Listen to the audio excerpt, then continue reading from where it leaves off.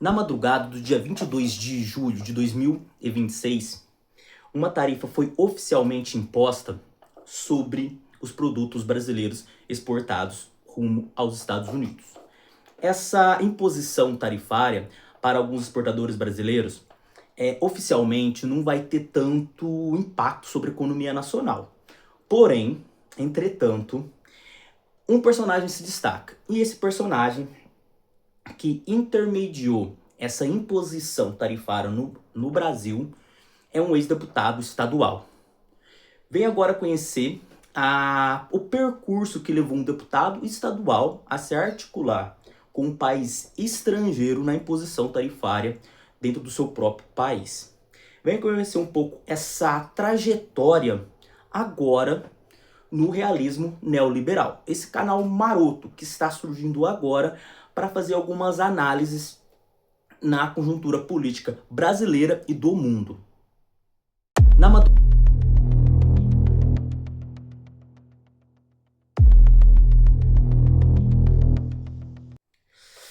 Nesse vídeo nós vamos reconstruir um pouco com vocês, meu público, através de alguns documentos oficiais, reportagens e tudo mais, a trajetória de Eduardo Bolsonaro, que nos Estados Unidos, um país estrangeiro, atualmente ganhou um Green Card.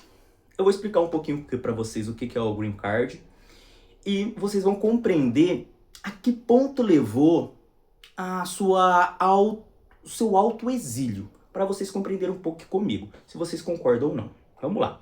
Tudo começa em janeiro de 2025. Em janeiro de 2025, Eduardo Bolsonaro, deputado estadual pelo PL, filho do ex-presidente Jair Bolsonaro, até então que perdeu a eleição, viajou até Washington para visitar a posse do então presidente Donald Trump. Ao seu lado estava a ex-primeira-dama, Michele Bolsonaro, e os dois ficaram na cerimônia principal, conversando de maneira bem favorável, de maneira muito despretensiosa, podemos colocar assim. E ali realizada na retunda do Capitólio, assistiu a posse ali do então presidente Donald Trump, e a justificativa seria uma questão protocolar. Eu visitei, então, o presidente Donald Trump de maneira muito protocolar. Como eu disse anteriormente, despretensiosa. Beleza?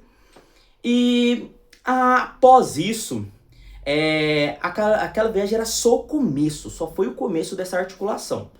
Dados obtidos pelo Estado de São Paulo, via Lei de Acesso à Informação, falou que entre o início do ano legislativo de 20 de março de 2025, Eduardo passou cerca de 36 dos 47 dias trabalhados fora do Brasil. Então era deputado estadual, até então oficialmente deputado, que ficou todo aquele tempo fora do país, numa questão protocolar, despretensiosa, como eu disse para vocês, ali tranquilamente.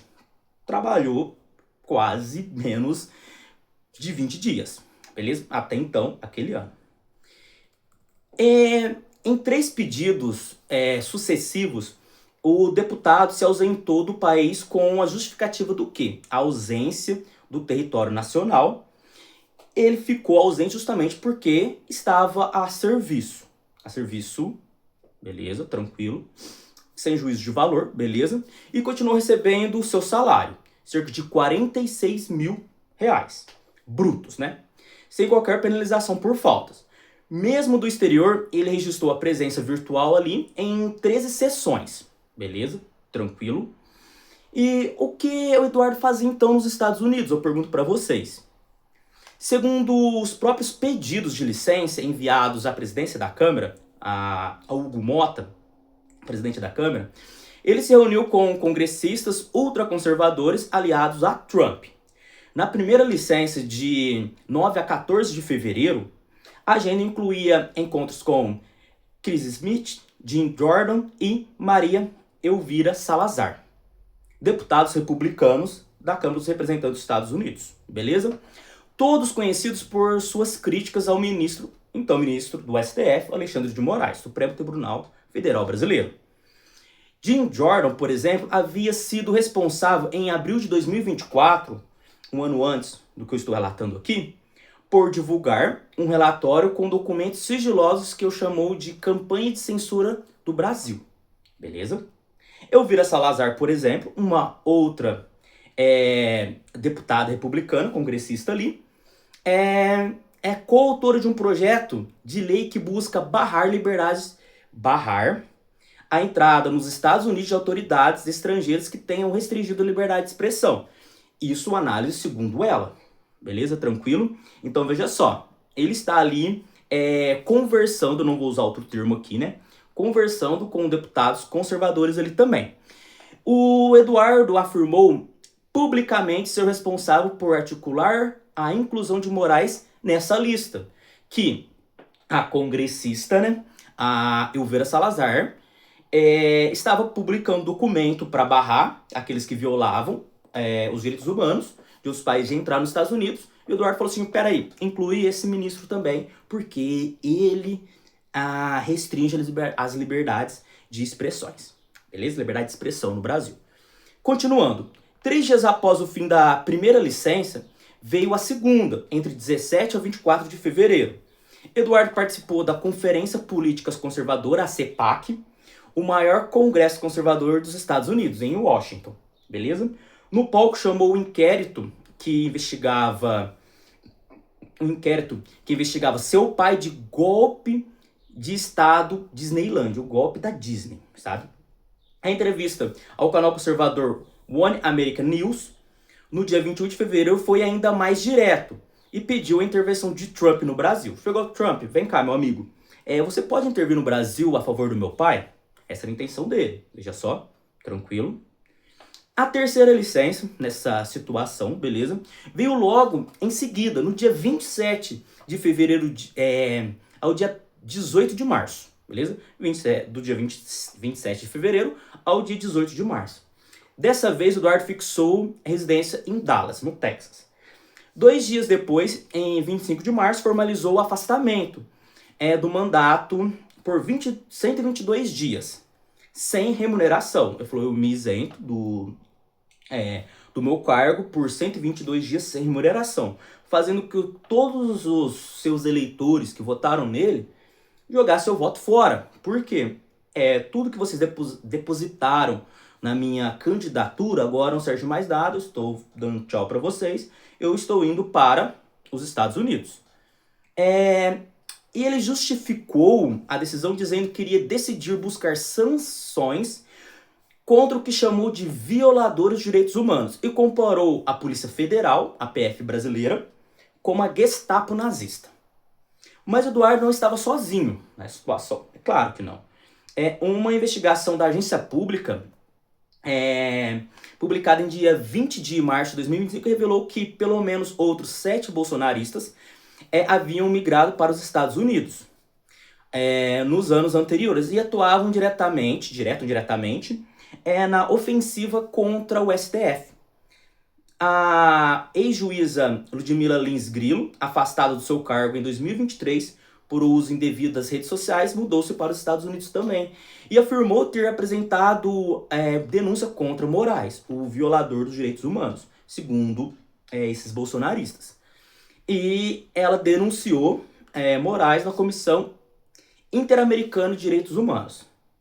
O famoso blogueiro, né, o Alan dos Santos, que fugiu para os Estados Unidos em 2020, após ter sua prisão decretada também pelo Alexandre de Moraes, no inquérito da fake news, teve seu pedido de extradição negado pelos Estados Unidos.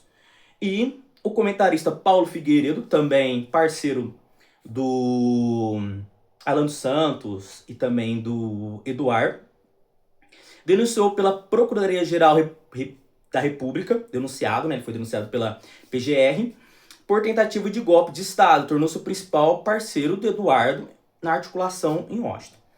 Segundo a própria agência pública, Figueiredo não podia ser intimado pessoalmente no processo brasileiro por morar no exterior. E é o único dos 34 denunciados que não apresentou defesa. Ele se ausentou, não quis apresentar defesa. A reportagem ainda revelou um dado curioso. Veja só, esses mesmos influenciadores promoviam ativamente a imigração dos brasileiros, conservadores para os Estados Unidos. Figueiredo e a ex-juíza Grilo fundaram juntos uma empresa de consultoria imigratória chamada Imigrex Global. A ex-deputada Cristiane Brasil, filha do Roberto Jefferson, aquele que gosta de causar com os policiais, divulgava serviço de uma consultoria em Orlando enquanto aguardava seu próprio visto. Tudo isso em pleno governo Trump, que havia intensificado medidas anti-imigração. Então veja só que essa medida anti-imigração ela é muito seletiva, beleza? Veja só isso. Já em maio de 2025, continuando aqui o percurso, né? Vamos lá. Já em maio de 2025, a articulação ganhou uma dimensão institucional. Eduardo e Figueiredo visitaram a Casa Branca. E pela segunda vez no mês, deputados federais como Felipe Barros, Carolina de Tone e Paulo Belinski estiveram no Departamento de Estado em missões oficiais também. Então foi uma trupe para lá. E a Câmara dos Deputados confirmou a agência pública que as viagens de Felipe Barros e Maurício Neves foram pagas com dinheiros públicos. Então veja só, na mesma semana Eduardo se encontrou com congressistas republicanos Cor Mills e Brian Mast no Capitólio. Então veja só, parlamentares brasileiros financiados com dinheiro público foram até os Estados Unidos conversar ali com a galera, beleza? Para se articular contra o Brasil, beleza? E 10 dias depois, 19 de julho de 2025, o secretário de Estado Marco Rubio anunciou a revogação imediata do visto de Moraes e de mais 7 ministros do STF. E quem que eram esses ministros que também tiveram os seus vistos revogados? Barroso, o Flávio Dino, Gilmar Mendes, Toffoli, Zanin, Carmen Lúcia e Fachin. Além do Procurador-Geral da República, o Paulo Gonet. Eduardo agradeceu publicamente a Trump. Conseguiu o que queria. Foi muito bom isso. E avancemos agora para o julho de 2026. O mês atual que estou gravando esse vídeo. Veja só.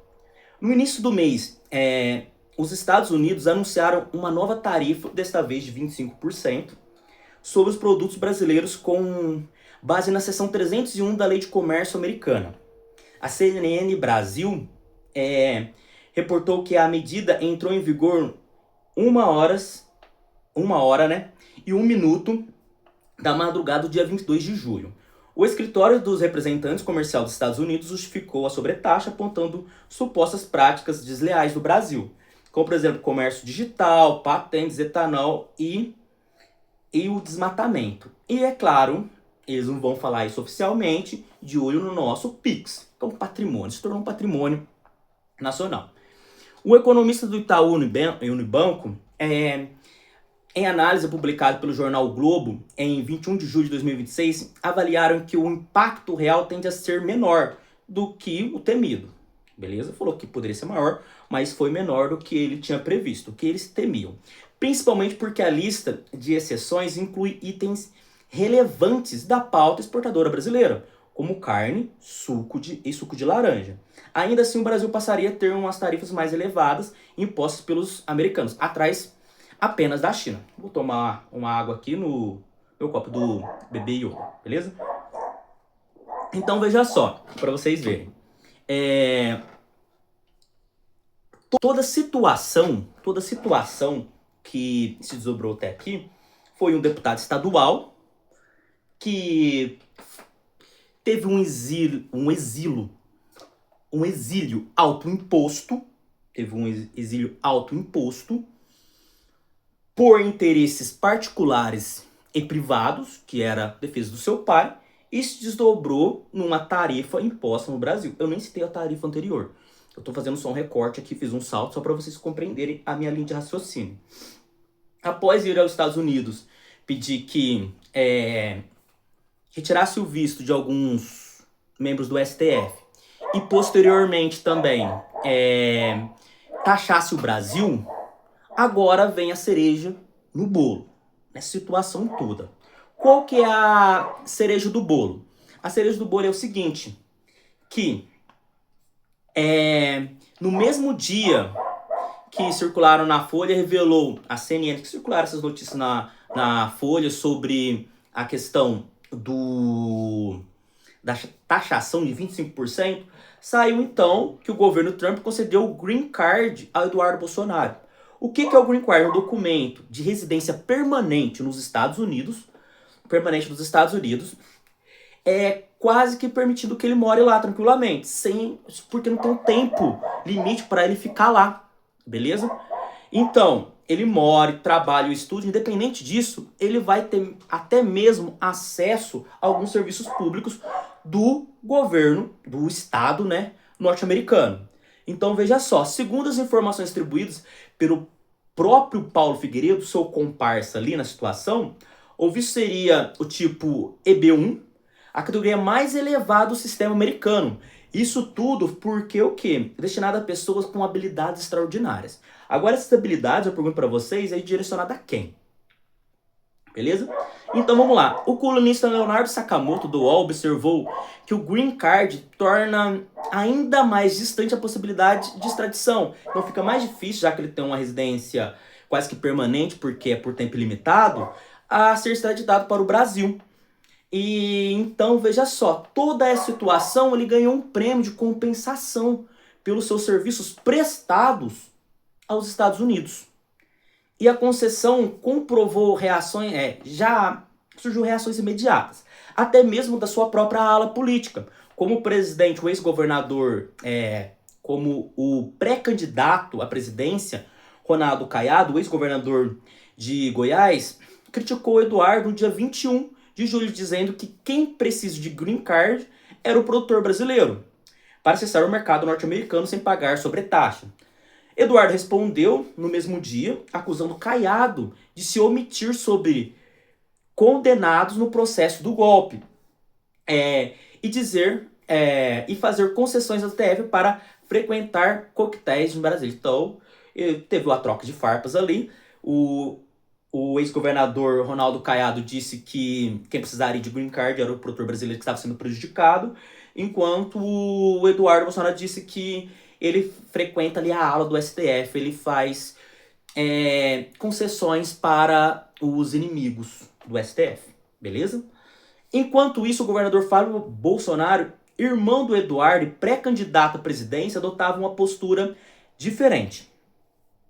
Em entrevista à rádio Itatiaia, afirmou ter pedido pessoalmente a Trump e ao vice J.D. Vance e o secretário Marco Rubio que não taxassem os produtos brasileiros. Mas como notou a revista Fórum, ele pediu suspensão das tarifas até a eleição, não cancelamento. Então ele falou só, não taxe agora o governo brasileiro, os produtores brasileiros, porque agora o momento de eleição, isso vai me prejudicar. Então, taxe depois. Então ele falou assim, ele não está preocupado com a taxação sobre os produtores brasileiros. Ele está preocupado com prejudicar ele na eleição. Então vamos continuar aqui. Já o governo Lula, por sua vez, optou por cautela. O vice-presidente Geraldo Alckmin descartou a retaliação, dizendo que a lógica era a lógica de olho por olho poderia deixar os dois lados cegos. Então falou assim, ó, eu não vou entrar em brigas, retaliar nem aqui nem ali, porque senão os dois vão ser prejudicados.